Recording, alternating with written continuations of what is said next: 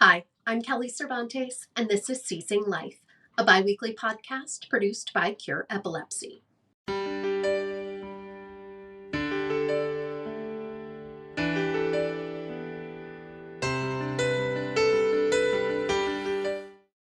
Today on Seizing Life, I'm happy to welcome Collen Jendreas to the podcast. Colleen's youngest son, Owen, experienced his first seizure at 5 months old. This began a journey that saw Owen's seizures change and progress into infantile spasms and ultimately tonic seizures, resulting in a diagnosis of Lenox Gastaut Syndrome, or LGS, when he was 3.5 years old. Colleen is here today to share Owen's journey with us, discuss how two particular interventions have made a significant difference in his quality of life, and offer some insights and advice for other parents of children with epilepsy. Colleen, thank you so much for joining us today. I am so psyched to be able to talk to you. You are one of my oldest Instagram mom epilepsy friends that I made so early in the journey. And so I'm really excited to learn from you and to share your and your family's story. So with all that said, can you tell us about your son Owen and how epilepsy first entered your lives? Yeah, absolutely. Thanks for that intro, Kelly. Always fun to chat with you. I know we go way back, so really honored to be here and love chatting about my favorite topic, my special guy. So let's see, Owen. He's 5 years old. He's my third kiddo. He is the light of my life. And when he was 5 months old, he started having seizures. So that is where our epilepsy journey began with him. And I understand that seizures didn't just like gradually roll into your life. It was a little more sudden and explosive, if you might say. Yes, you hit the nail on the head with that. Owen was actually experienced something called explosive onset epilepsy, and it is literally as terrifying as it sounds. So, when he was 5 months old, he started having focal seizures one night. I spotted them pretty immediately, and they just were one after another, about one every half hour, one every hour. And I feel really blessed because I recognized it immediately.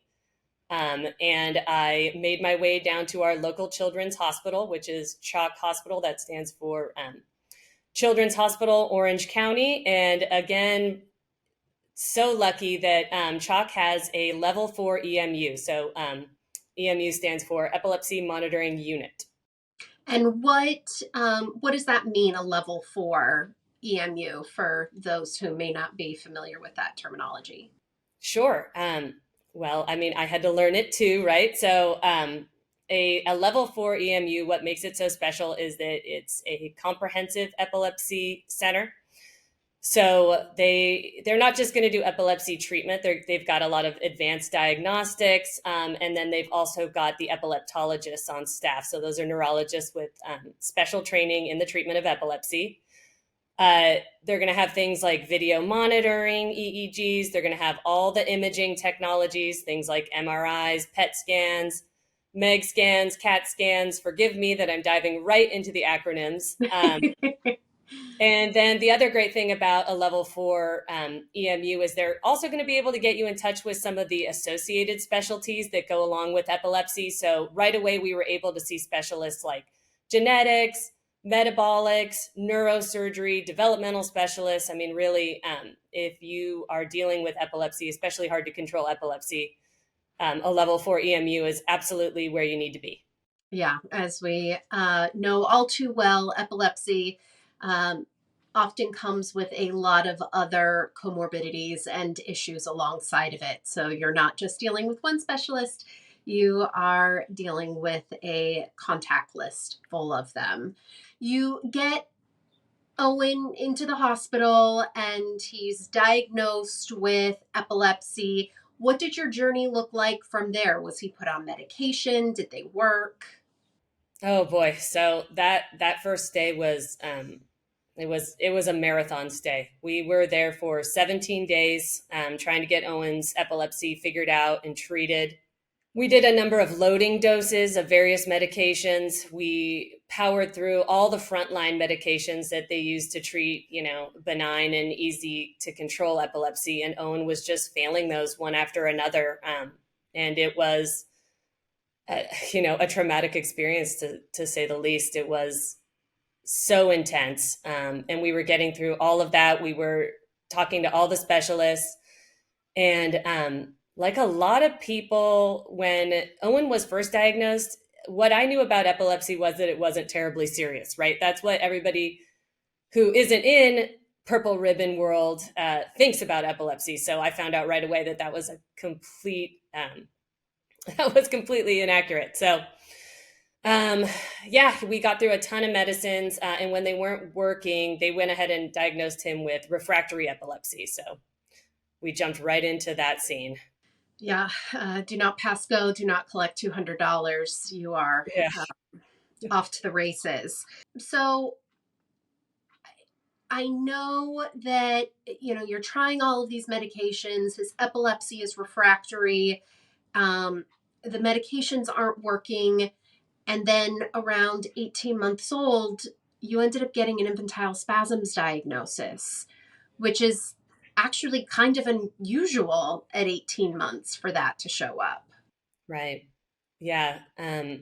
Getting the infantile spasms diagnosis is without a doubt the just worst moment of my life. I mean, when you have a baby with refractory epilepsy, you're doing the hardcore Googling thing, and honestly, the worst case scenario is getting that infantile spasms diagnosis. And the older Owen was getting, and we were having a string of pretty good control at that time, I really thought, maybe we were going to be out of the woods with that. But at 18 months, we took him in for a regular EEG because we were seeing some unusual behaviors and some strange episodes. And you don't take those things lightly when epilepsy is in your life. And I was just completely taken off guard when the doctor came in and told us that it was, in fact, infantile spasms. And what did the treatment look like for that? Well, treatment for infantile spasms it's a medical emergency. So it's really intense. And these epileptologists, they really try to get these spasms under control right away. The implications of this kind of diagnosis are so serious, and it's indicative of a lifelong challenges in development, with controlling seizures. So the first thing they started Owen on was Acthar injections. So that's a steroid. And literally I had to inject my little 18-month-old baby with these steroids. And it was over a 9-week course. For us, it was Christmas time. And the steroids, they lower your threshold for illnesses. And the timing just couldn't have been worse, right? At Christmas time, everybody's picking up bugs left and right. And this is pre-pandemic. So we're doing the steroids, we're getting through it, but honestly, we were still seeing the clusters. And every day my heart is just breaking. But you were eventually able to get the clusters under control. What drug was it that helped? Yes. So after the steroids, we were put on another drug called Sabril. Sometimes that's referred to as Vigabatrin. I'm worried I'm going to mispronounce that one. It's a mouthful. I think that one's Vigabatrin. Vigabatrin. You know what? Okay. VGB. Okay. There we go. So Owen was put on VGB, and we did get control of the spasms, and that was really exciting. But like most treatments, it came with some negative side effects. And, how developmentally was Owen doing at the time? Did you see regressions, after, even after that first explosive onset, how was he doing developmentally? When he was a year old, he at that point had actually had seizure control for about 6 months, and this was before the IS developed. We were starting to notice some missed milestones, right? He wasn't crawling. He's a year old. He even then had a hard time sitting up independently. He wasn't really on track with starting solid foods. definitely we were noticing those things. We were warned to keep an eye on them. We were seeing them again, heartbreak. And honestly, once we got that infantile spasms diagnosis, his development just, it was like we put the brakes on. There's been, even today, not a whole lot. It is that is how devastating that diagnosis is. Yeah, it's one of those just really ugly ones that you just can't even, I think, completely understand how crushing it is to development until you see it in your own child and what it is capable of taking from them.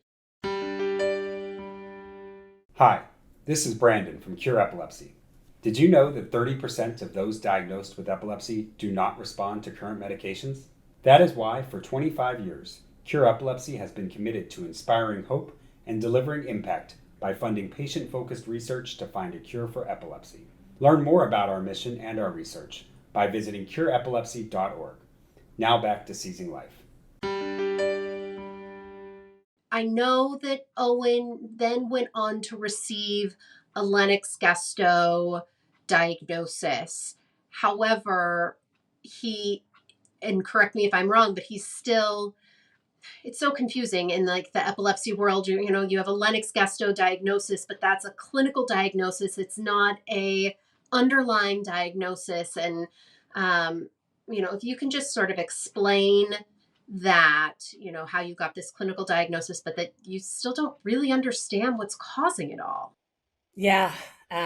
When there's so much nuances that go on with epilepsy and really all neurological issues, honestly. And it's something you have to get used to when your child is diagnosed with epilepsy and you're researching and you're really realizing there's very few firm answers.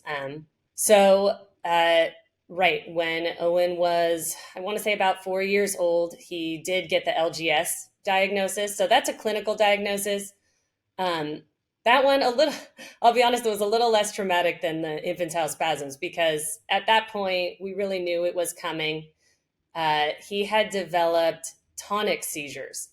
So after the spasms are under control, Owen was still experiencing occasional focal seizures, and then these tonics showed up. And really, the tonic seizure, that's like the trademark of LGS, along with the developmental issues that he was having. So when that diagnosis came along, it was, I mean, at that point, our greatest fears were realized. It's a life-limiting and a life-threatening syndrome.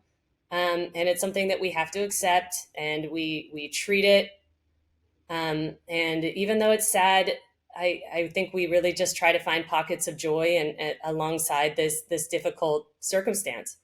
So when we got that, when that diagnosis happened, was really when our epileptologist went into high gear and we started talking about surgery. Yeah. Whew. So brain surgery, MBD. So you ended up making the choice to move forward with a corpus callosotomy. What is that? Yeah, so that was a pretty big decision. The corpus callosotomy is a procedure wherein a neurosurgeon is actually going to sever the connective tissue between the two hemispheres of the brain. I know that sounds incredibly gruesome, but this surgery has been proven to be really effective for epilepsy and different seizure types. And because it's not a resection, it also doesn't, at least hasn't been proven to have any developmental impacts. So when we got to the point of such, the seizures were getting so serious, Owen was actually having these horrible episodes where he would have a focal seizure while he was sleeping, and the focals were then generalizing, so spreading across the brain, and they were becoming dangerous. So we needed to do something drastic, and this is the treatment our doctor recommended. And honestly, we were out of medication options. We were seeing our son suffer these horrible episodes in the middle of the night when everybody was asleep. And the situation was dire. So when you're a parent and you're faced with something like that, we had to go for it. We had to go. When it's interesting because I think that we have this language around these brain surgery options that is drastic because, brain surgery sounds alarming. But I think that it's also important to remember, like, technology and science has come so far, even just within the last 5 years. I mean, since when we first looked at surgery for Adelaide, I feel like it has improved so much, and the ways that they can do it as minimally invasively as possible. It feels drastic because it's brain surgery, but it's not always as wild and detrimental, potentially, or risky as we may initially think. And it's one of the few potential options for a cure that we have in some cases. What was the result for Owen? Yeah, well, I'll tell you what, in epilepsy world, as you well know, just being even considered or a candidate for surgery at all is something you actually want. So I know that sounds just wild. We were sitting around, we got 2 complete surgical evaluations done at 2 different hospitals. We didn't take this lightly, but we were honestly pretty excited that he was going to be a candidate for something that's potentially curative, right? Not everybody with epilepsy is a candidate. So we were really willing to try it. So, okay. Yeah. Well, guess what? We had fabulous results, right?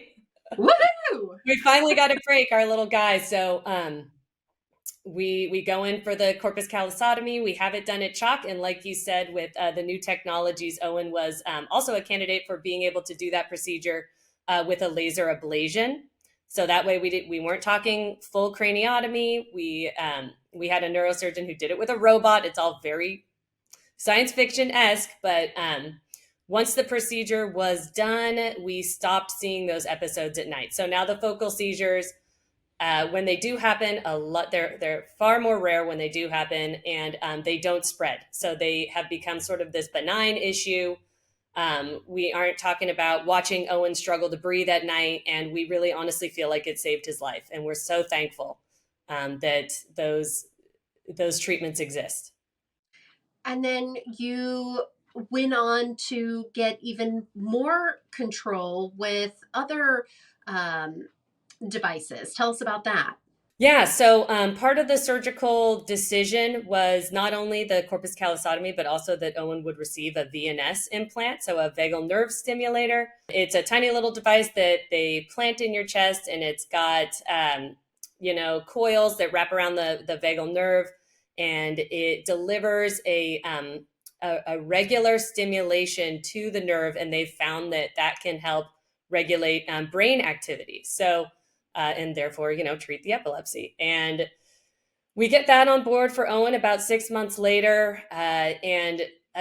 Just again, we've had unbelievable results. I think between the corpus callosotomy and the VNS implant, we're talking about a 90% reduction in seizures for Owen. And he is so lovely to just see him come alive and be so happy and living his life despite this tragic circumstances. But we are just so thankful for all this seizure tech. I love it. I can't wait to see what else is going to be on the horizon in the future. I mean, I have to say personally, following your family and Owen's journey and watching those videos of him like playing in water or running through a field, it's like they're the best ever. They never fail to put a smile on my face because that joy and that life was not guaranteed for him. And, you fought and you pushed and you have incredible doctors, and it really is amazing to see him living this level of life that you weren't sure he was going to get to. I appreciate you saying that. And believe me, we don't take a minute of it for granted. We really focus on quality of life for Owen. And we're so happy with the treatment decisions that his epileptologist has made. We feel like it's just made made things so much better for him. A diagnosis like LGS, years ago was awful, and here we are, just having a joyful life and doing regular things and loving on Owen and watching him just get out there and have fun and be a kid. Yeah, 100%. I do want to sort of shine a light, though, for a moment that, Owen isn't your only kid. He has an older brother and sister, and, epilepsy and these, disabilities, they don't just affect the child, they affect the entire family. How has Owen's uh, epilepsy affected his siblings? Yeah, I get asked this a lot, and I totally understand because it's such a unique parenting experience. Not only having a kiddo like Owen, but then also having he's got two older siblings, a brother and a sister. So Margot is 9 and Gregory is 11. And Owen being the baby of the family at 5 years old, my older kiddos really had to kind of go on this journey with mom and dad, and they had to see some of the dark parts. They got to see some of the sadness. They know what epilepsy can do. They know about brain surgery. And it's a lot of trauma for the kids. And I try my best to make sure they're having as much of a normal childhood as they possibly can, but those are impossible things to achieve. But you know what? My older kids are, what this life has taught them is they are so resilient. They are so compassionate. And what we like to say is that they are totally woke to the, they are this whole thing about inclusion and inclusive excellence. I mean, my older kiddos are flag flying ambassadors for that whole movement. And it's really something we can all embrace together. And I'm just so proud of them. And I'm so happy that we found a nice balance to just keep our family happy. Yeah, they are just lovely, incredible, empathetic little humans that you are raising over there. So I often like to refer to you as the cheerleader for the epilepsy community, specifically on the Instagram world at Keep Going Owen. You've got to follow Colleen because she will back you up and be there in your corner and answer your questions, and your positivity is completely contagious, and we are all better off for it. I wonder, what advice do you have for the parents out there who are facing a new epilepsy diagnosis? Yeah, it's so isolating in the beginning, and it's so terrifying. What really helped me sort of find a level of acceptance and beauty in this life was just, I tell people, you got to find your tribe. You've got to get out there. You need to share your story, and you need to connect with other parents that are going through the same thing. I know that sometimes hopping onto social media and seeing some of those difficult outcomes can be really tough, but I saw some of that stuff in the beginning, and what I took from it was like, look at these families. They got a sad diagnosis, but they're still finding pockets of joy. They're still living life and having experiences. And when I saw that, I thought, if they can do it, then I can do it too. And if I can help somebody, if I can connect with people and share this experience, I feel like raising awareness is really powerful. So that's so important to me.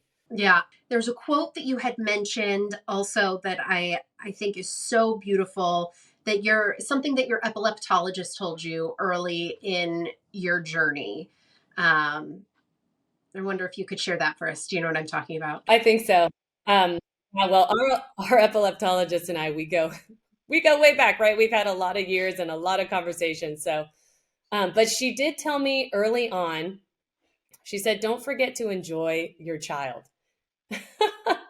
What a like just funny thing to say to somebody, right? But at that time, I was so focused on Owen's epilepsy that I wasn't seeing past to realize I just had this beautiful baby with me that, maybe he was going to be a little different, but I was going to love him, and I was going to love him for his differences. And those differences were going to change me profoundly. So I'm so glad she said that. It sticks with me. And I actually tell newly diagnosed people all the time the same thing. Don't forget to enjoy your child. I know epilepsy is so overwhelming, but there's still a person in there that needs your love, and they're going to change you. I promise. I love that so much and think that that is one of the best pieces of advice that any parent, especially with a medically complex epilepsy disability kiddo, can remember and hold in their minds and their hearts. Colleen, you are incredible. I absolutely adore you. I can't wait until I get to hug you again in person. Thank you for being who you are and being the advocate that you are within this community. We are so grateful, and please give Owen a huge hug from me. All right, extra smooches. Yes. And I ditto everything you say. You're my advocate inspiration. You're just out there crushing it. I'm so glad we connected, and I'm so honored to be here too. Thank you, Colleen, for sharing your experiences, insights, and advice with us as the mother of a child with epilepsy. 25 years ago, Cure Epilepsy was founded by mothers who were frustrated by the status quo of epilepsy care and the lack of advances being made in epilepsy research. Though Cure Epilepsy has fueled significant advances in knowledge and treatment during those 25 years, we continue our search for a cure so that children like Owen won't have to endure years of seizures and side effects from medications. You can help us achieve our goal of a world without epilepsy by visiting cureepilepsy.org/donate. Cure Epilepsy, inspiring hope and delivering impact. Thank you.